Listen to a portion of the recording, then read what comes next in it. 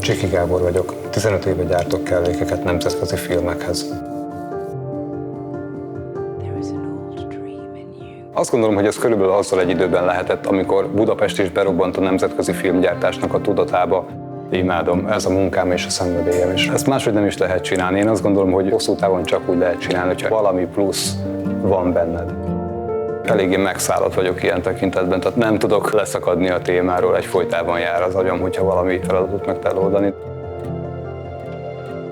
Amikor körvonalazódik a feladat, szükség szerint kutatással, utánanézéssel, könyvtárazással, internet használattal, bármi egyéb információforrás felkutatásával kezdődik. Utána az alapján készítünk egy skiccet, ezt megpróbálom elfogadtatni a látványtervezővel, rendezővel, utána elkezdjük a gyártást. Amikor az utolsó láncem is a helyére kerül, az abban a pillanatban úgy fölvillanyoz, hogy rögtön neki kell állnom gyártani.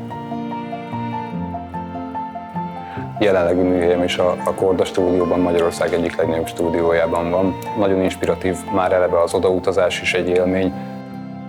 A mostani filmem egy a történelmi alapokon nyugvó 13. századi mese, amiről sajnos többet most nem árulhatok el.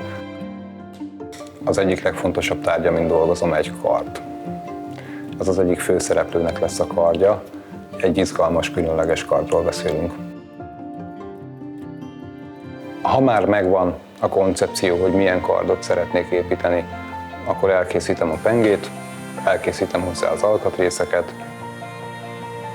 A kard legfontosabb részének a markolatot, illetve a pengének az utolsó egyarasznyi részét tekintem. Ezt fogjuk meg, ez az, ami a kezünkbe kerül, ezzel van kapcsolatunk.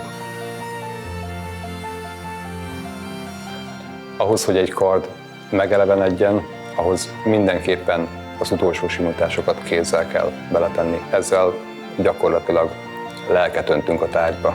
Ettől lesz életszerű, és nem egy gépi tömegcikk. Általában addig dolgozok egy kelléken, ameddig csak tudok. Számomra nincsen olyan, hogy készen van, mindig találok valamit, amit szeretnék még tökéletesebbé tenni. Van egy pillanat, amikor abba hagyom a munkát vele, és azt mondom, hogy készen van, de egy kelléknek az életútja a műhelyben kezdődik, és a képernyőn ér véget.